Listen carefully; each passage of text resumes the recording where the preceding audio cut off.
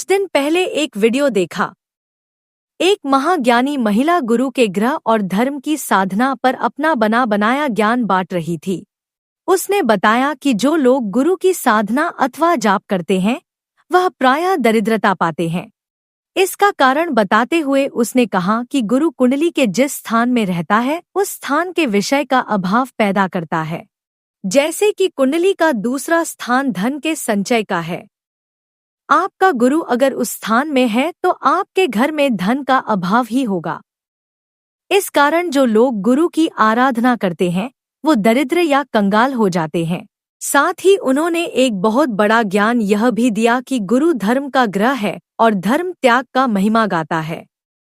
इस कारण से जो मानव गुरु या धर्म की आराधना करता है उसके घर से बहुत सी चीजों का त्याग हो जाता है। मान लो कि उसका भाग्य उसे त्याग देगा क्योंकि वह त्याग की ही आराधना कर रहा है। सारांश यह था कि गुरु की या धर्म की आराधना आपको दरिद्र और कंगाल बना देती है। इस महामहिम महिला को दूर से ही प्रणाम। पता है ऐसे लोगों की सबसे बड़ी समस्या क्या होती है? यूट्यूब, पॉडकास्ट या किसी भी सोशल मीडिया के मंच पे अगर प्रसिद्धि चाहिए तो आपको कुछ ऐसा ज्ञान बांटना पड़ता है जो बिल्कुल नया और अलग लगे।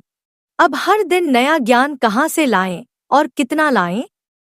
ऐसे में कुछ लोग अपने तर्क से एक मनगढ़ंत ज्ञान खड़ा कर देते हैं। फिर बड़ी ही गंभीरता से वो कोई ऐसे बकवास पर उतर आते हैं जो सुनने में तार्किक लगे और सुनने वाले को उलझन में डाल दे। ऐसा करने से उस महाज्ञानी को अच्छी व्यूअरशिप मिल जाती है और साथ ही कुछ अच्छे पैसों का लाभ भी हो जाता है। ऐसे लोगों के लिए ज्ञान गंभीरता का नहीं, गोलमाल का विषय होता है। वह ज्ञान के नाम पर तर्कों की नीलामी करते हैं। उनके शब्दों में सच कम और पाखंड अधिक होता है। अब उस महिला के ज्ञान की बात करते हैं। उसके अनुसार गुरु की या धर्म की आराधना से दरिद्रता आती है। क्या वास्तव में ऐसा है? चलिए सच को जानते हैं। ज्योतिष शास्त्र के सिद्धांत के अनुसार आपका भाग्य और धर्म आपकी कुंडली के 9वें स्थान से देखे जाते हैं। अर्थात दोनों एक दूजे के साथ इस तरह बंधे हुए हैं कि दोनों एक ही घर में रहते हैं। यूं सबसे पहले ये जान लो कि आपके संसार में धर्म से भाग्य है और भाग्य से धर्म है, और संसार में धर्म और भाग्य के साथ जुड़ा हुआ कोई एक ग्रह है तो वह केवल और केवल गुरु ही है। जी हाँ, गुरु ही धर्म और भाग्य का कारक ग्रह है। आपकी कुंडली का 9वां स्थान जो कि धर्म और भाग्य का है उस स्थान का कारक ग्रह गुरु ही है। और आप कहते हैं कि गुरु गरीबी देता है। नहीं मेरी महाअज्ञानी मैया, गुरु धर्म देता है और भाग्य भी देता है।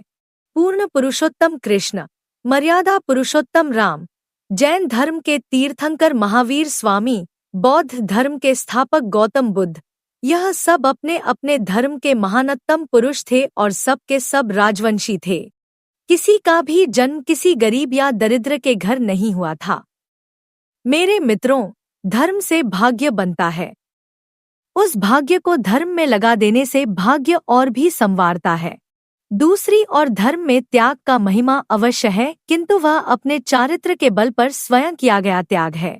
धर्म के कारण लक्ष्मी आपको त्याग देती है, यह कहना धर्म और लक्ष्मी दोनों का बहुत बड़ा अपमान है। एक और बात, ज्योतिष शास्त्र में धन के जो अच्छे से अच्छे योग बनते हैं उनमें कहीं ना कहीं गुरु का हाथ अवश्य होता है। गुरु चंद्र से गजकेसरी योग बनता है जो सुख और समृद्धि साथ साथ देता है। यूं तो शुक्र भी धन देता है, किंतु उसके धन में शुभ धर्म से अधिक अशुभ कर्म का बल होता है।